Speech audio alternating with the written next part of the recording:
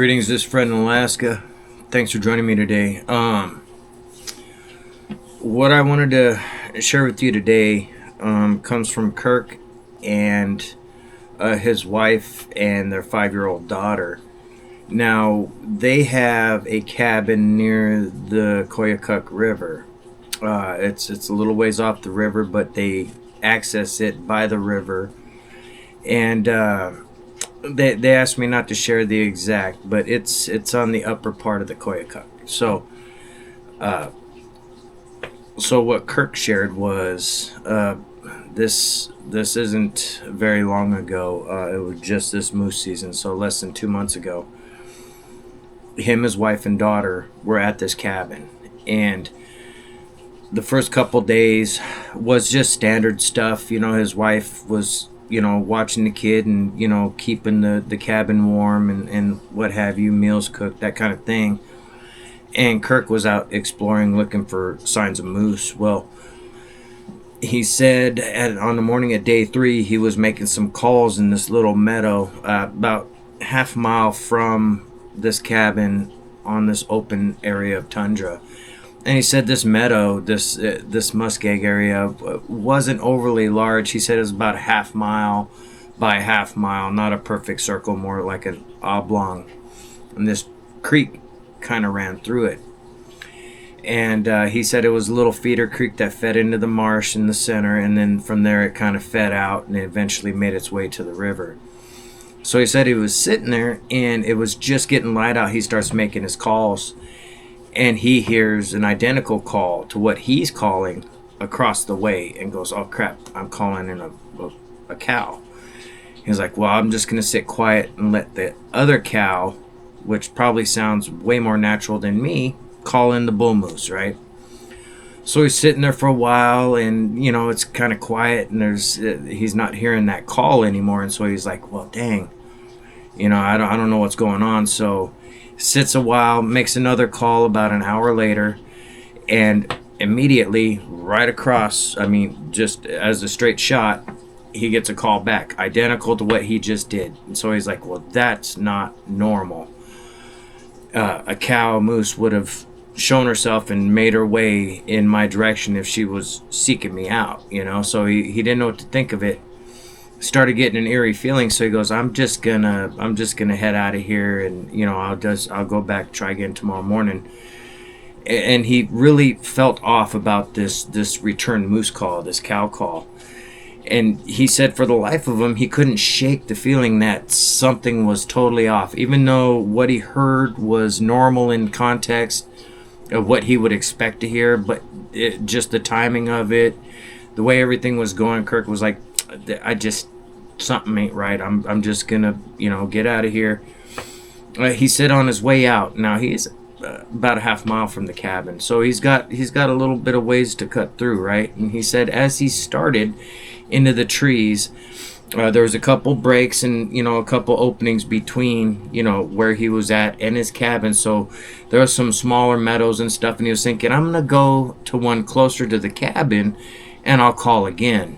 And see if, I can leave the creepy feeling behind type of thing. It was reasoning his way out of whatever was happening, right?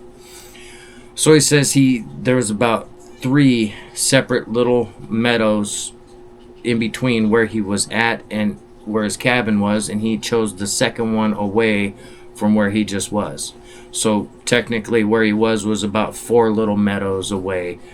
He went back to, and he was, had one more meadow before a thick batch of trees before he got back to his cabin.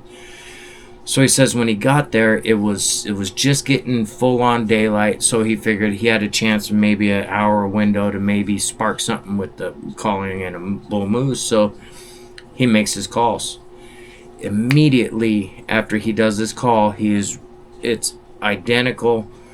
And it's right over there, like his back trail. It was literally on his back trail, and he couldn't see this cow call, where this cow was calling. And he's like, "What the?"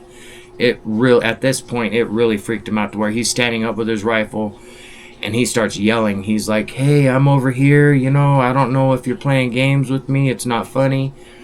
He assumed maybe another hunter was trying to weird him out about where he was hunting, like they want that spot to themselves kind of thing. But he wasn't feeling that. He thought someone would have said, hey, man, ran into each other. I'm calling over here. Sorry, whatever. But there was none of that. And so as he yells, he says, damn it, really loud at the end, right? Damn it. Well, no sooner than he says that, he hears identical, damn it, coming back to him like it echoed. Like, he said it was almost instantaneous when he was done with the damn it came right back at him. And it was a very close imitation of his voice, like very close. It spooked him out even more. He points his rifle in that direction. And as soon as he points the rifle, he says he got this feeling that he doesn't want to have to shoot. And when in the instant before, he was ready to shoot, and then immediately gets this sensation in his mind about, I probably don't want to do this. So he's like, well, what am I going to do? I don't want to lead this thing back to my family. Whatever in the hell it is, it's mimicking me, and I don't know what the hell. So what he does is he heads off to his left. He just turns and goes just to his left. He knows where he's at mentally. He's mentally keeping track of his position, from his cabin, and he walks off to his left into the brush. He said he was making a lot of noise going through the brush on purpose and just trying to lure whatever it is off his back trail. He didn't want whatever is going on to follow him back to the cabin. And so he goes out of his way quite a ways. He doesn't remember exactly how far he went, but he said he went far enough to where he cleared the trees and walked out on tundra for a ways, and then turned around, got low, and started glassing back towards the tree line to see if this, whatever it was, would show itself. He said as he was sitting there, it's steadily getting lighter. So he's comfortable with what he can see around him. He's got plenty of open area, and he should be able to see everything in his mind's eye. He said as he was sitting there and he had periodically glassed back towards the tree line he just came out of, he noticed something. He noticed something like it was like a rusty brown kind of color, and he noticed it briefly just moving in the trees, right? So he's like, okay, someone's wearing a fur coat messing with me, because what he saw matched up with a guy wearing some kind of weird coat, right? But it was on two legs. He clearly saw it move just out of view, but saw it long enough to make out human-like over there, weird coat, right? And so he's like, oh, this must be some old hermit playing games. So he's like, at this point, he's like, well, I'm not going to be scared of some old hermit, So he starts charging, just boom, boom, boom, walking right back to where he just seen this thing, right?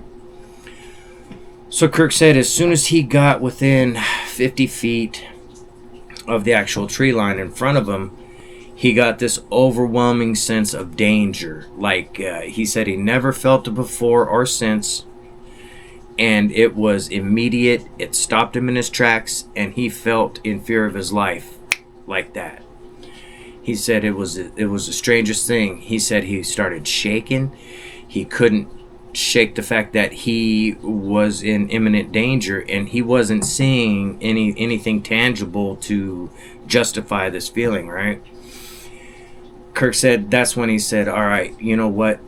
Whatever's going on, I got to get out of here. I got to make it back to my cabin, because I don't want something to happen to me and my wife have to deal with this too, right? Because they're 5-year-old daughter.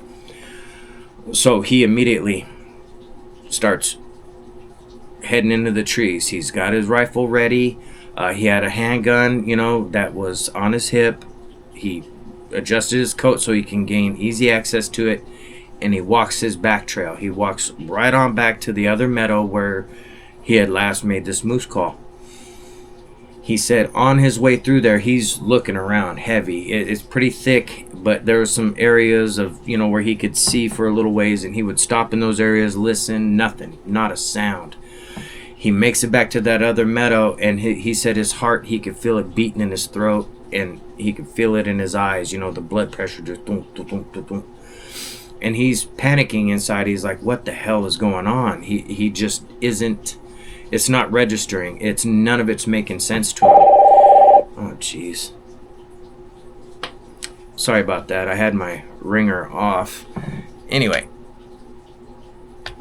So power off. He doesn't know what to do. He pauses and he stands there and he's trying to figure out, do I really want to bring whatever this is back with me? And at that point he's like, I just need to get back there and make sure that, you know, my wife is aware of what's going on. So he says, if it follows, it follows. I can't fix that right now, but I know I need to protect them. I don't know what's going on there, right? So in his mind, he was thinking, this could be happening to her right now, and me as well would be better off together with it. So he starts storming back towards the cabin, and he said on the way he would stop periodically and turn around. He felt like something was right on his heels as he was moving through the trees. He said he couldn't shake it. He kept feeling like it's right on top of him. He'd turn around, nothing, right? And so he said it continued the whole way back, which was at this point like quarter mile, right? So once he gets to the backside of the cabin, one of the things he always did was bump twice. Bump, bump, just to let his wife know to unlock the door. And there's a window along the side where he comes from the back. It would, if you're facing the cabin, it'd be off to the left, but from the back side, it's off to the right. So he would bump, bump. There's a window that he had to pass. His wife could look out, see it's him, open the door, right? They had that worked out because they've been going to this cabin for years. Now, he does that, bump, bump, and walking, and he glances up at the window, but there's no one in the window. So he bangs again, and he's coming around saying, hey, open the door, you know. He comes around and it's locked up tight. He's banging on the door. Hey, it's me. You know, let me in, honey, whatever. And so she comes to the door and she is spooked. He's like, hey, there's some strange stuff happening. You know, I was out there. He lays out everything to her and she has this look on her face of just, he thought she wasn't believing him. But what had actually happened was while he was gone, something was banging on the cabin. It banged just like he did. So she thought he came back early. So she didn't even look out the window. She went to the door and opened it. She said when she opened it, she saw nothing, but she heard a grunt and she looks off to the right hand side facing outside the door, and she said something big moved and she just slammed the door. Now, the banging continued around this cabin the whole time he was gone. So he, sensing something was off, you know, it made sense to him why he was feeling the way he was feeling when she expressed that, right? But she told him she heard a cow moose call as well a couple times during this time where he was off making moose calls and then wandering off and then coming back and all that. During this whole time, she told him whatever it was making a cow moose call outside the cabin real loud a few different times. And so he's just like, what the hell? Well, I saw something big. It looked like a man wearing a coat. And she said, I saw something very similar, but it was too big to be a man. And she pointed out that same window where she would normally peek to see him coming. She pointed out, because where this thing had been was right out that window. And she pointed out it was as tall as that third branch up. Well, he knows that that bottom branch in that particular tree was about 9 feet off the ground because he had hung a rope there that he had run off to another tree, so when he hung his quarters he could hang them up there with a tarp over it, right? So he automatically knew whatever it was way bigger than 9 feet. Now, I'm, you know, holy crap, you know, can you imagine? Just holy anyway, so they're spitballing. She brings up the hairy man. Now, something he just dismissed over the years was he had actually ended up purchasing this cabin from his uncle. Now, during that time when he was younger and his uncle would talk about the hairy man, he thought it was just his uncle trying to like make it seem like a big adventure. Oh, I go out and I deal with the hairy man, this kind of stuff, right? He thought his uncle was playing it up. Reality being, his uncle wasn't playing. And so he starts remembering these stories his uncle told him. And he goes, oh, well, my uncle said I think I remember him saying that some dry fish left out as an offering will appease them and they'll leave, right? So he's like, well, I don't know if I want to do that. I don't want to continue a bad habit or whatever. And his wife says, just put out some dry fish, see what happens, right? So he was like, well, I really don't want, but just to see if it worked, he decided to, right? So let me explain. Kirk is at the basket. Same with his wife. And not that makes a huge difference. It's just I wanted to be clear about that. They're not just some random yahoos or whatever run around the woods. Not Anyway, so she brings up, well, what about leaving something besides the dry fish? How about we leave a trinket of some kind? And she's spitballing at that time, and Kurt's like, no, I don't even want to put dry fish out there, let alone anything else. So he decides reluctantly to do this. So near where that tree was where she saw this thing and where he had his rope across, he said it was about 3 trees away, so about 10-15 feet. There was an old oil drum, 55-gallon drum. He walks over and he just puts the smoked salmon on top of that, the dry fish, sets it down and walks back inside. Now it's the middle of the day, right? So Kirk's sitting there and he's like, man, I don't like feeling like we're trapped in here, And his wife's like, hey, we're safe in here. Everything's fine. There hasn't been anything strange going on since he got back, since they've been with each other and whatnot. So things calmed down a little bit. They had the generator outside. Kirk went outside, fired it up, and they put on this TV with the built-in VCR and DVD player in it, right? Old school. But they plugged that in to play Disney movies for their daughter to get her sidetracked because the kid was picking up on their energy and the kid was starting to freak out, right? So they tried to bring some normalcy to it. Whole family sitting there watching Disney movies. Now, as they're watching the movies, they went through 2 movies, and it seemed like no time to Kirk because his mind was elsewhere. He kept peeking out the blinds and stuff because they had the old strange accordion style, but not the Phoenician blinds, but the accordion style ones that you can't directly see through or whatever. Well, anyway, he kept checking the smoked salmon over and over and over again, right? Barely paying attention to the movie. And he said approximately the 4th time he went and looked, he didn't notice the salmon out there anymore because the positioning of the drum, he could easily see the top of it and whether the salmon was on top of it. It was like 25 feet away. It's like right over there, right? Didn't see the smoked salmon. He goes, well, the salmon's gone, And so for him and his wife, that kind of ended their Disney movie marathon with their daughter, and they just let the kid do her thing and watch her shows while they talk quietly amongst each other, and they open that blind. Kirk said as they were sitting there talking out in the trees where it wasn't fully visible but they could see between the trees a little bit, they saw this figure move. And he said it moved very slow, almost like it was floating, but you could easily see this thing, and it looked dark on the lower half, lighter on the upper half. He said that's what gave the impression of someone in like a oversized snowsuit, because the top was like a brownish color and the bottoms were black. And he was like, it was real weird, but there was obviously no clothing, it was hair. And so, and you gotta understand, this is 35 feet away that this is going on, that they're watching this thing move, and it's moving back and forth. It's not outwardly showing itself or being aggressive at this time. And so they're trying to wrap their minds around what they're seeing. Like, are we imagining this? Are we so freaked out we're having like a shared hallucination or something? And obviously they weren't. But so the wife immediately gets scared and goes and sits and holds the daughter.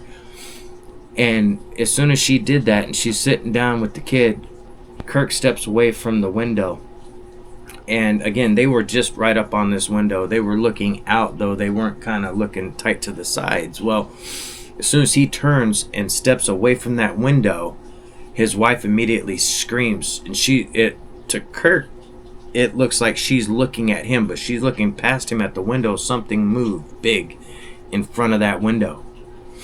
Scream startled the crap out of Kirk. He turns around. He didn't see what she did because the window's only so wide. It's like 18 inches wide. And it wasn't a very tall window either. So quickly, boom, a shadow went by. She didn't see exactly what it was, but it scared the crap out of Kirk the way she screamed. So when he turned around and looked, he's not seeing anything. He jumps forward real quick because he's like one step away from this damn window. He jumps forward real quick to look out. He doesn't see anything. Just as he's looking out and looking around on the opposite side of the cabin, bam! Something hit it and the whole place shakes, right? And he's like, holy crap, because his daughter started screaming and crying. His wife started screaming and crying. And so, of course, he doesn't want them in danger or whatever. So he grabs his rifle and he's like, I'm going to run this thing off. I'm going to shoot it if I have to. He runs out the door. When he gets outside, he's looking with his rifle. He wants to end whatever in the hell is going on, like right now. And he's not seeing anything, so he runs around to the other side, the side where the drum was and stuff, and he's looking, and he's not seeing anything. And so he gets the sensation that he's being watched, and he can't shake it. And so he's looking all over the place, He goes back inside. And as they're sitting there and he's saying, I don't know what the hell to do, let's plan on just getting out of here, right? Because he felt like a caged rat. Like he was just caged in, and at any moment, something was going to break in and hurt his family, which I could just imagine is a horrible, horrible feeling. It was bad enough with what I dealt with, but to have a little kid there as well, that's your own, I could just imagine it'd be heightened. So as they're discussing how it's going to work, because they have to walk down this trail with their daughter to where their skiff is, right?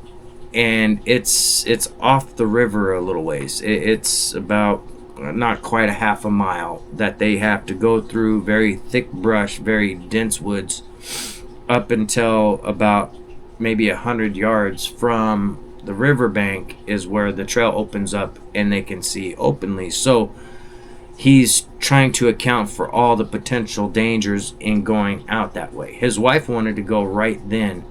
His concern was being on the river when it got dark, because they had a couple hours of river time ahead of them, and with how the day had progressed in the Disney movies and stuff, they weren't too far from twilight at that time. So they get their game plan, and they moved a couple items in front of the door. They reclosed the window, and they hung some stuff up over just as a secondary measure to keep anything from looking in.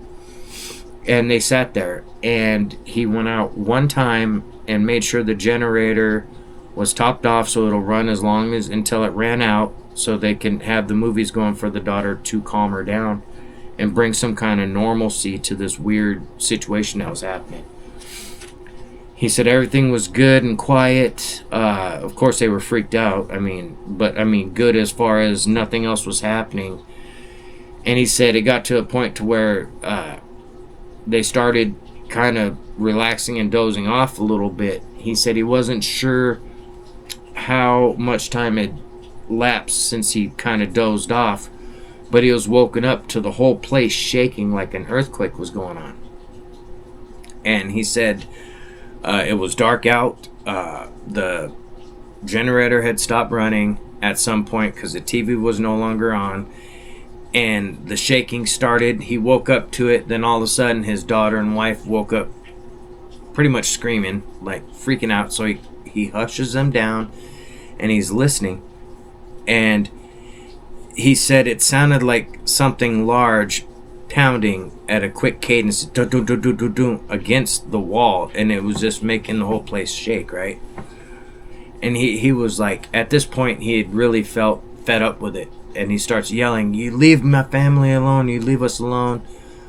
yelling, and then after a little while, that banging stopped. The whole place stopped shaking, and in essence, they sat there.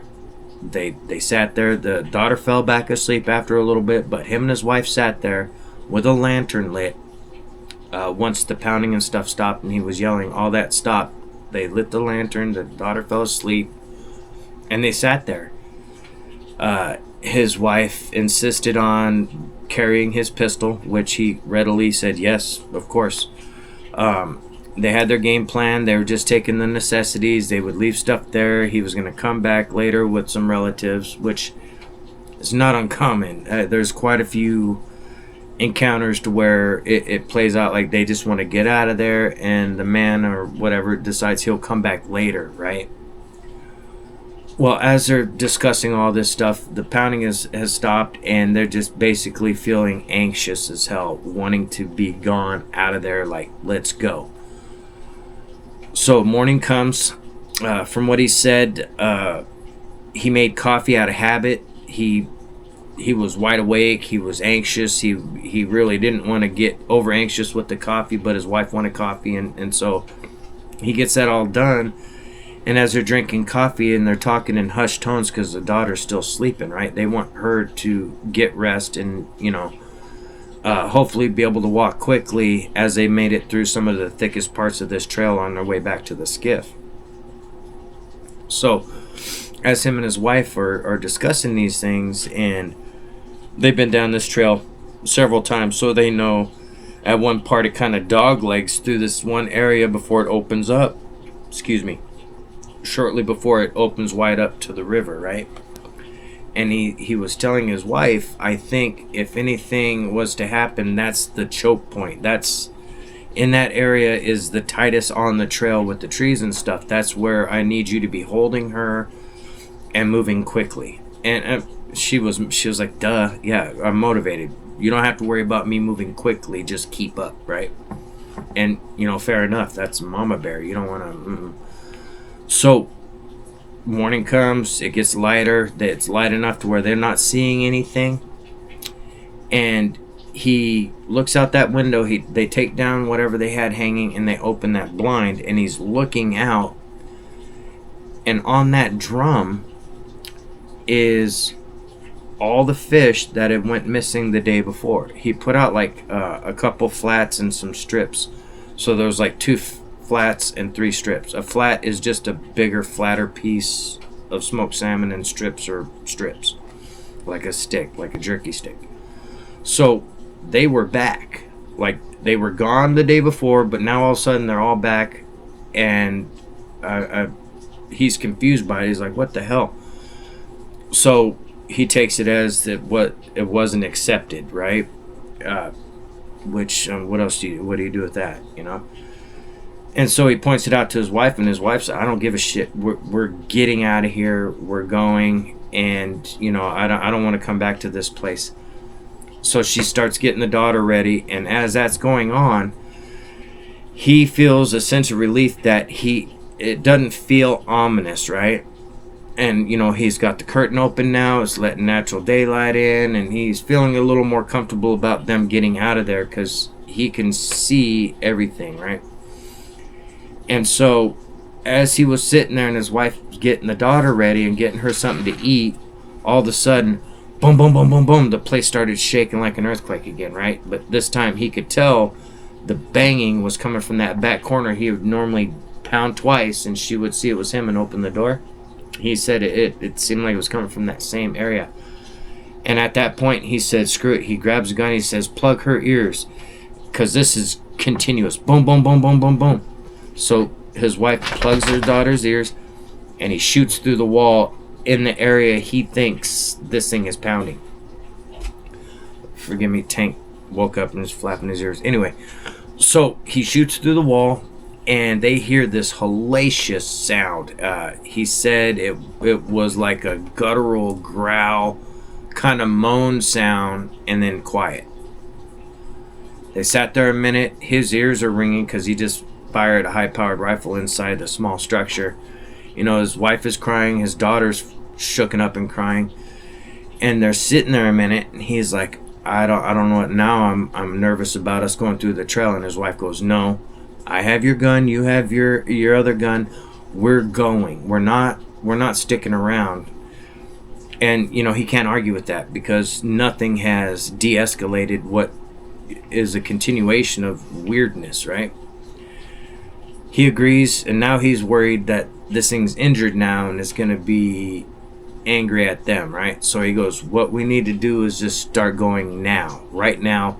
Let's grab our stuff. They put their daughter's little backpack on her. His wife had the backpack with their important stuff that they brought with, some extra ammo, and she was carrying the pistol in her hand, had the daughter in one arm, and they went out the door. They just, boom, they're gone. They're going down the trail, and Kirk said he kept looking over his shoulder because he felt like they were being watched still. And he said for a good portion of the trail, the trail itself was real narrow. It was an old game trail. But outside of that, the brush was back a ways off of this little narrow path before the brush got thick and stuff. For a good portion of their way through, it just, at this point, it bottlenecks to where they got to go through this dog leg on the trail through some of the thickest part of the brush and the trees. He said when they got to that point, he turned around, he's pointing his rifle around, he's not seeing anything. And his wife said, we need to hurry up. And he goes, okay. But her whole demeanor had changed. She said, something just told me I want your kid. And it wasn't in those terms, but in essence, I want your kid. And she said, whatever in the hell that was, it's not happening. We got to go. They hurry up through that portion of the trail. Now, when they come out of the other side, Kirk said that his wife was literally like running and jumping, carrying the kid at this point, and still moving like a football linebacker. She was motivated to get the hell out. She led the way and was like going further faster than Kirk was. And he said he was stopping every once in a while to check their back trail to make sure nothing was following him. And he said once his wife got to the skiff, he was, paces behind her. And when he caught up, she had tears pouring down her face, saying, it keeps saying it over and over, we gotta go. And he goes, what do you mean? And she goes, it keeps telling me that it's gonna take us, it's gonna take our kid. And he can't argue with that because he didn't hear it. He trusts what his wife is telling him. So he does this thing. He has to get the gas cans out of the bush. There's brush not too far off the riverbank where they would take their fuel cans out of the skiff and stash them and hide them, so in case someone coming by wouldn't steal their gas, because sometimes shit happens. But so he goes and retrieves it, comes back over, fires up the outboard, and as it's warming up, they're not tied off at this point. He's just letting the outboard warm up. The current's starting to slowly drag them off of where they're beached. And his wife keeps saying, it keeps telling me that it's nearby and it's going to get us. And he's not going to tell her, hey, you're wrong, because I don't hear it, right? So he takes her word for it and puts it in reverse. They back away from the riverbank. And where they parked their skiff, as he backed up, there's kind of like a big bend that's just a little bit below them where they park. And he's going around that, and as they're cutting around that bend, he looks off to his left in the direction of the riverbank where the cabin is located, on that side. He looks at, which would, I guess, be the east side of the river. He looks, and he can see this tall, dark figure silhouetted in the trees less than 20 yards off the riverbank's edge, right? And he said it had to be pretty damn tall for him to notice it, because he noticed from like shoulders up what he can make out as head and shoulders, right? And he said, I would have considered myself paranoid. However, considering what had happened, the previous day and night, he wasn't going to discount it just as some strange, anomaly in the trees. He took it for what he thought it was, which was a hairy man. They got out of there, nothing more to add as far as the encounter other than a long couple hour ride, because his wife was constantly even when they got back to more familiar grounds that weren't so remote, right near a road where, you know, the truck was parked and all that kind of stuff, she was like holding the gun and her baby and wasn't going to, nothing was coming close. I wouldn't want to approach her in that state, you know what I mean? Because she's on protect mode. What he said is that since this has happened, it's been really hard for his wife to sleep.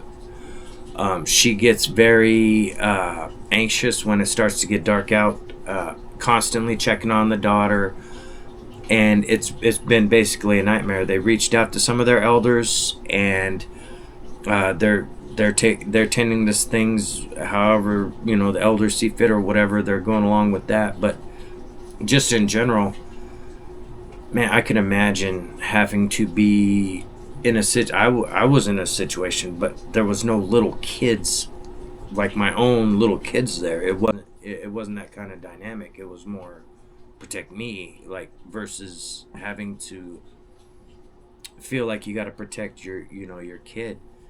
Jeez. And you know, you got to be careful. What I suspect is the uncle had been feeding and doing other stuff outside of, you know, Kirk's knowledge, outside of hearing, and just kind of like dismissing it. But I think potentially there could have been one of these things upset about not being fed normally, or maybe there was something else going on. Who knows? But he has not been back since. The generator they have, there's a few $1,000s, and he needs to go get that. But you know, things are freezing up and all that kind of stuff, and you know, at this point he's ready to cut his losses basically and just salvage whatever next spring, unless he gets a wild hair. He said he's got a buddy who has a plane that maybe he'll have him fly him out at some point. But regardless, I want to thank Kirk for sharing. It was hard for him, being a dad and being in that position of protection, and he felt very inadequate when all this stuff was going on, and it bothers him as a man to feel like he couldn't protect his family, which I could understand. Let's see, what else is there? Oh, the update from Miss Carol, that will be the next video. Miss Carol has been prolific gathering blink camera stuff, whoops, knocks, all this stuff that I'm trying to get pieced together, which is kind of rough because I'm relying on squatch bait, and just, it's a process. But that'll be the next video. I want to thank you guys for joining me, and we'll catch you guys on the next one.